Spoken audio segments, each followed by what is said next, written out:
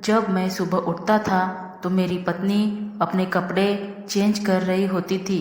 मैंने पत्नी से पूछा कि कपड़े क्यों चेंज करती हो, तो कहती कि आपको गलतफहमी हुई है, मैं जो कपड़े रात को पहनती हूँ वही है। ऐसा रोज होने लगा, लेकिन पत्नी नहीं मानी और रात को मुझे पता भी नहीं चलता कि मैं कब सोया था। एक दिन मैंने रूम में कैमरा लगा दिया। जब मैंने कैमरा में वीडियो देखा तो मेरे रोंगटे खड़े हो गए, क्योंकि मेरी पत्नी तो मेरा नाम मुन्ना है। मेरी एक छोटी सी दुकान थी। मैं लोगों के टीवी वगैरह ठीक किया करता था। मेरी उम्र 28 साल हो गई थी। अब तक मेरी शादी नहीं हुई थी और अब मैं शादी करना चाहता था। मेरे मम्मी पापा नहीं थे और मेरा सिर्फ इकलौता भाई था, इसलिए कोई शादी करवाने वाला भी नहीं था। अब तो खुद किसी के घर जाकर कह नहीं सकता था कि मैं लड़का हूँ और आपकी बेटी देखने आया हूँ। मेरे एक बहुत अच्छे बड़े मामा थे जो माँ की जगह थे। कहते थे कि 2 बार माँ माँ बोला जाता है तो मामा बनता है। बस यही बात है कि वो बहुत अच्छे थे। उन्होंने मेरे लिए एक लड़की तलाश कर रखी थी और जब मुझे उनके बारे में बता रहे थे तो बहुत ज़्यादा तारीफ कर रहे थे कि खूबसूरत है, पढ़ी लिखी है, इकलौती बेटी है, उम्र भी उसकी तुम्हारी जितनी है। मैंने कहा अगर इतनी अच्छी लड़की है तो फिर 28 साल की हो गई है, अभी तक उसकी शादी क्यों नहीं हुई है। तो मामा ने कहा कि दरअसल उसे खुद कोई पसंद नहीं आता और उसके माँ बाप ने कहा है जब तक उसे कोई पसंद नहीं आएगा हम शादी नहीं करेंगे। तुम्हारी तस्वीर देखकर उसने तुम्हें पसंद कर लिया है। अच्छे लोग हैं, उनके भी ज़्यादा रिश्तेदार नहीं है, विवाह की रस्म हो जाएगी। दहेज देने वाला कोई नहीं है और हमारी तरफ से भी कोई मांग नहीं है, तो जल्दी जल्दी शादी हो जाएगी। तुम्हारी पत्नी तुम्हारे पास आ जाएगी। न कोई मंगनी की टेंशन, ना कोई विदाई लेने का मामला है, बस शादी करके साथ ले जाना है। उसका मामला तो मुझे सेट लग रहा है। मैंने भी मामा को कह दिया कि ठीक है, लेकिन मुझे भी तो लड़की दिखाइए। मगर मामा ने कहा उन्होंने लड़की की फ़ोटो नहीं दी। वो कहते हैं कि अपनी बच्ची का फ़ोटो किसी को नहीं देते, ना ही किसी को दिखाते हैं।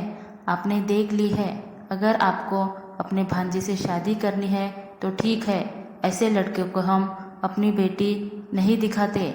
बड़े लोग देखने आते हैं, अलग बात है। मैंने मामा से कहा लड़की ठीक तो है ना? उन्होंने कहा बिल्कुल ठीक है, फिक्र ना करो, तुम भरोसा रखो। इतनी ज़्यादा खूबसूरत लड़की तो मैंने आज तक नहीं देखी। फिर मैंने मामा पर भरोसा कर लिया और तैयार हो गया। मेरी पत्नी का नाम सोनी था। वो बहुत ज़्यादा खूबसूरत थी। मामा ने बिल्कुल ठीक कहा था। उसकी उम्र भी मेरे जितनी ही थी, लेकिन 28 साल की नहीं लगती है, वो 19-20 की लगती थी। किसी को अगर कहते हैं कि 20 साल की है तो वो फौरन मान जाता है। शायद वो अपना बहुत ख्याल रखती थी। शादी के बाद 2-4 दिन गुजर गए, लेकिन उसके बाद एक दिन मैंने देखा कि रात को मेरी पत्नी ने कोई और कपड़े पहने थे और सुबह कोई और, लेकिन मुझे याद नहीं था कि उसने कपड़े किस टाइम बदले और क्यों बदले। मैंने कहा रात वाले कपड़े तुमने क्यों बदले? कहने लगी रात वाले कपड़े कौन से हैं? दिन वाले कौन से हैं? ये वही तो है जो मैंने रात को पहने थे, लेकिन मुझे अच्छी तरह याद था कि उसने रात को लाल रंग के कपड़े पहने थे और अभी नीले रंग के कपड़ों में थी। मैंने सोचा कि शायद मुझसे कोई गलती हो गई है, लेकिन शुरू में तो पति की पत्नी से नज़र ही नहीं हटती। वो उसकी छोटी छोटी बातें भी नोट कर लेता है। मेरी पत्नी अच्छी थी, अच्छे तरीके से घर को संभाल रही थी, मेरे साथ भी अच्छे तरीके से रहती थी। सब कुछ बिल्कुल ठीक जा रहा था, जिंदगी अच्छी थी, लेकिन अभी तक वो मुझसे शर्माती थी। एक दिन मैंने उससे कहा कि ये देखो, मैं तुम्हारे लिए फ्रूट ले आया हूँ, आ जाओ। बैठो, फ्रूट खाते हैं। उसने कहा कि मैं धोकर लाती हूँ। वो फ्रूट के लिए मेरे पास बैठ गई और मैंने अच्छी सी फिल्म लगा दी। वो फल को छीलकर मेरी तरफ रख रही थी और मैं फिल्म देखने में लगा था। एक हाथ से फल उठाकर खा लेता, लेकिन थोड़ी देर बाद मैंने एक नज़र देखा तो हैरान रह गया कि वो मेरी तरफ छिलके रख रही थी और फ्रूट को कूड़ेदान में फेंक रही थी। उसका मुंह भी टीवी की तरफ था। मैंने कहा कि ये क्या कर रही हो? उसने जब देखा तो हैरान रह गई। कहने लगी कि वो मुझे पता ही नहीं चला कि ये कब से कर रही हूँ। फल आपकी तरफ रखना चाहिए तो कूड़े में फेंक रही हूँ और छिलके कूड़े में फेंकना चाहिए तो वो आपकी तरफ रखने लगी। वो इस बात पर हंसने लगी। मैं भी हंस दिया क्योंकि कभी कभी ऐसा हो जाता है, इंसान का दिमाग भटक जाता है। लेकिन उसके बाद उसने मुझसे कहा, सॉरी, माफ़ कर दीजिए। मैंने कहा, कोई बात नहीं, हो जाता है। कभी कभी हम लोग रात को बैठकर फिल्म देखते हैं। हमारे दिन अच्छे से गुजर रहे थे, लेकिन अगली रात जाने क्या हुआ, मुझे इतनी ज़्यादा गहरी नींद आ गई और सुबह आँख खुली तो पत्नी को फिर से कपड़े बदलते हुए देखा था। मैंने अपनी पत्नी से कहा, तुम इतने कपड़े क्यों बदलती हो? तुम्हारे कपड़े रात को और होते हैं पर दिन में कोई और होते हैं, जबकि तुम्हारे कपड़े तो गंदे भी नहीं होते हैं। उसने कहा, रात वाले कपड़े ही हैं, आपको पता नहीं क्यों शक होते रहता है। मैंने रात को यही कपड़े पहने थे, लेकिन मुझे अच्छी तरह याद था कि उसने रात को कोई और कपड़े पहने हुए थे। लेकिन उसने कपड़े कब बदले, क्यों बदले, ये तो मुझे याद ही नहीं था। मुझे यह भी नहीं याद था कि मैं किस टाइम सोया, मैंने उससे क्या बात की थी। मुझे तो ये भी याद नहीं था कि मेरे कमरे में किस वक्त आया, कब बेड से लेट गया। और दिन इसी तरह गुजरने लगे। मेरी पत्नी मेरे सामने खाना रख रही थी तो मैंने उसका हाथ गौर से देखा, जहाँ पर एक बहुत बड़ा जख्म लगा हुआ था। मैंने कहा, ये क्या हुआ है? तुमने मुझे क्यों नहीं बताया? इतना बड़ा चोट लग गया है। चोट को देखकर लगता था कि एक दिन पुराना है। उसने कहा कि छुरी लग गई थी। मैंने जल्दी से उसके ऊपर दवाई लगाकर पट्टी बांधी। अगर 2 दिन का पुराना घाव इतना गहरा था तो जिस दिन लगा था उस दिन मेरी पत्नी को दर्द नहीं हुआ था? क्या वो मुझे बता नहीं सकती थी कि इतना ज़्यादा चोट लग गया है? मैं उसे डॉक्टर के पास ले जाता। और हैरान तो मैं इस बात पर था कि जब इंसान सब्जी काटता है तो छुरी उसकी उंगली पर लगती है या हाथ पर कैसे लगी है, ये इसके बाजू के ऊपर कहाँ से लग गई थी, वो भी इतनी गहरी थी। मैंने उसको पट्टी कर दी और उसे शाम को डॉक्टर के पास ले गया। डॉक्टर ने कहा कि ऐसे जख्म नहीं भरेगा, एंटीबायोटिक खाना पड़ेगा और 1 हफ्ते के लिए पट्टी भी करनी पड़ेगी। वापसी पर मैंने पत्नी को समझाया कि क्या मुझे गैर समझती हो, मुझे बता नहीं सकती थी? तो कहने लगी, मुझे लगा आप गुस्सा करेंगे। मैंने कहा, क्या मैं पागल हूँ कि तुम्हें चोट लगी हो और मैं गुस्सा करूँ? उसने कहा कि मेरे घर वाले ऐसे ही करते थे। अचानक से उसकी ज़ुबान रुक गई। मतलब जब मुझे कोई चोट लग जाती थी तो वो बहुत गुस्सा होते थे। कहते थे, देखकर काम नहीं कर सकती, देखकर नहीं चल सकती, ध्यान कहाँ रहता है तुम्हारा, तुम्हारे हाथों में छेद तो नहीं है। मुझे इस बात पर हंसी आ गई। मैंने कहा, माँ बाप ऐसे ही होते हैं, बच्चों को डांट देते हैं लेकिन असल में बहुत प्यार करते हैं। लेकिन अगर तुम्हें कोई तकलीफ हो तो मुझे बताना। मेरी पत्नी की ऐसी कोई हरकत नहीं थी जिसकी वजह से मुझे उस पर गुस्सा आता या मैं बिना वजह उससे कोई बात सुनाता। सारी ज़िंदगी तो मैं अकेला ही रहा। अब तो मुझे एक रिश्ता मिला था, एक ऐसा इंसान जो मेरे घर में रहती है, मेरे काम करती, मेरे साथ अच्छे से रहती। तो फिर मैं उसके साथ क्यों बुरे तरीके से पेश आता? लेकिन रात होते ही मुझे इतनी गहरी नींद आने लगती कि मैं जो करना चाहता वो भी नहीं कर पाता था। अपनी पत्नी के साथ बैठकर कुछ देर बातें कर लेता। इंसान उस लम्हे को अच्छा गुजार लेता है जब पत्नी को देख लेता है कि कितनी प्यारी है मेरी पत्नी। लेकिन रात होते ही मैं कमरे में आता और घोड़े गधे बेचकर सो जाता था और सुबह ही मेरी आँख खुलती और मुझे यह भी ना याद होता कि रात को क्या हुआ था। खाना खाने तक की बातें मुझे याद होती, उसके बाद की सारी बातें भूल जाता। अचानक से ज़्यादा नींद क्यों आ रही थी? मैंने क्या किया था अपने साथ? मैंने तो ऐसा कुछ भी नहीं खाया था जिसकी वजह से मैं बहुत ज़्यादा सुस्त हो गया था। मुझे लगा डॉक्टर के पास जाना चाहिए, लेकिन मेरा काम ऐसा था कि दुकानदारी थी, इसलिए दुकान छोड़कर नहीं जा सकता था। फिर सोचा कि बुधवार के दिन जाऊंगा, पत्नी को भी साथ ले जाऊंगा, डॉक्टर से भी मिल लेंगे और थोड़ा घूम लेंगे, शॉपिंग भी कर लेंगे। पत्नी को यह भी बताया था। फिर हम दोनों बाजार चले गए, लेकिन उसने मुझे यह कहकर उलझाया, पहले मुझे कपड़े की दुकान पर चलते हैं, फिर कहती कि फिल्म देखते हैं, फिर कहती कि मुझे कुछ खाना है। इतने में डॉक्टर्स का टाइम गुजर जाता है। मैंने कहा चलो कोई बात नहीं है, अगले हफ्ते चले जाएंगे, वो भी मुझे कोई इतना बड़ा प्रॉब्लम नहीं है, बस थोड़ी ही तो सुस्ती हो रही है। लेकिन एक बात अजीब थी कि मेरी पत्नी को मेरी तबीयत की कोई खास चिंता नहीं थी। उसने कहा कि छुट्टी का दिन है, पूरे हफ्ते काम करते हैं, आज आपको सिर्फ मेरे साथ दिन गुजारना है। उसने अपनी सारी ख्वाहिश पूरी करवा ली, काफ़ी सारे पैसे भी खर्च हो गए। फिर मैंने उसे कहा कि इंसान कमाता किस लिए है? पत्नी बच्चों के लिए ही कमाता है और बच्चे होने का अभी कोई कारण नज़र नहीं आ रहा था। 2 महीने होने वाले थे, लेकिन पत्नी ने अभी तक कोई खुशखबरी नहीं सुनाई थी। बस जल्दी से एक छोटा सा प्यारा सा बच्चा हो जाता तो मेरी फैमिली पूरी हो जाती, लेकिन ऐसा नहीं हुआ। बस इसी तरह दिन गुजर रहे थे।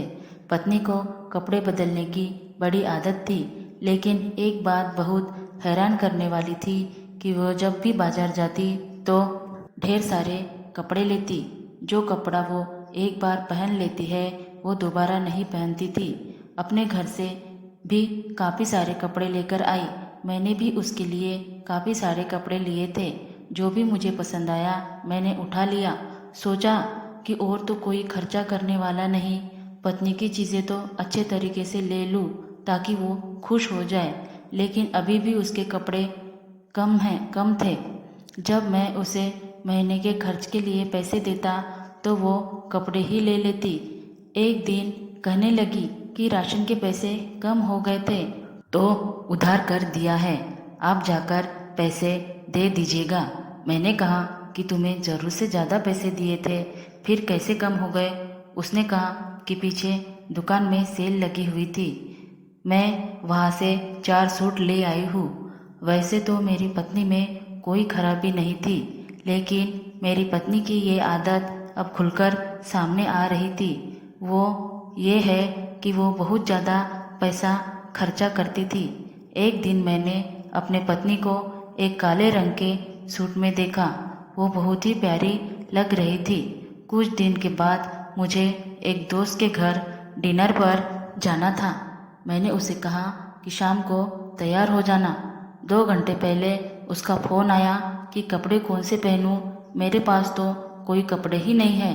मैंने कहा ये औरतों का प्रॉब्लम क्या है, अलमारी भरी पड़ी होती है फिर भी कहती है कि मेरे पास कपड़े नहीं हैं। तो मैंने कहा कि वह काला फ्रॉक पहनो, उसमें तुम बहुत प्यारी लग रही थी। उसने कहा वो तो मेरे पास नहीं है, ना जाने कहाँ चला गया। मैंने कहा कहाँ चला गया, यहाँ से का क्या मतलब, घर में होगा। उसने कहा नहीं है, वो नहीं है, आप मेरे लिए कोई सूट लाइए। मैं उसके लिए इस टाइम सूट नहीं ले सकता था क्योंकि महीने का आखिर चल रहा था। मुझे कोई अच्छा सूट 3-4 हज़ार वाला लेना पड़ता। मैंने कहा वही पड़ा होगा, उसको सूट नज़र नहीं आ रहा होगा। मैं घर चला गया। मैंने कहा कि मैं खोजता हूँ, लेकिन जब मैंने उसकी अलमारी खोली तो मैं हैरान रह गया। उसके अंदर तो 2-3 कपड़ों के अलावा कोई कपड़े ही नहीं थे, जबकि कितने कपड़े वो खरीदती थी और मैं भी लाता था। उसकी अलमारी में तो सुई रखने की जगह भी नहीं बचती थी, लेकिन ऐसा कुछ भी नहीं था। मैंने कहा, ये क्या, तुम्हारे कपड़े कहाँ हैं? तो कहने लगी, सारे कपड़े गंदे हैं, मैंने धोए ही नहीं है। मैंने कहा, अच्छा, अभी 1 घंटा है, काला सूट धो लो और ड्रायर मशीन में सुखा लो, स्त्री मैं कर दूंगा। उसने कहा, नहीं है मेरे पास काला सूट, वो तो अलमारी में नहीं है, वो आपको नहीं मिलेगा, है ही नहीं यहाँ पर। मैंने कहा, क्यों, किसी को दे दिया है तुमने? कहने लगी कि गांव वाली मांग कर ले गई थी, कह रही थी कि बड़ा प्यारा है, उसने वापस नहीं किया। मैंने कहा, उसे लेकर आओ। उसने कहा कि वो घर पर नहीं है। अब मुझे अपनी पत्नी पर गुस्सा आ गया। मैंने कहा, क्या तुम अपने कपड़े धोकर नहीं रख सकती हो, और क्यों अपनी चीज़ें दूसरों को देती हो? फिर मुझे तुम्हारे लिए दोबारा से सूट लेना पड़ेगा। मैं जल्दी जल्दी बाजार गया, उसके लिए अच्छा सा सूट लिया। मेरी जेब खाली हो गई। गुस्सा भी बहुत आ रहा था, लेकिन दावत पर जाना था, इसलिए मूड खराब नहीं करना चाहता था।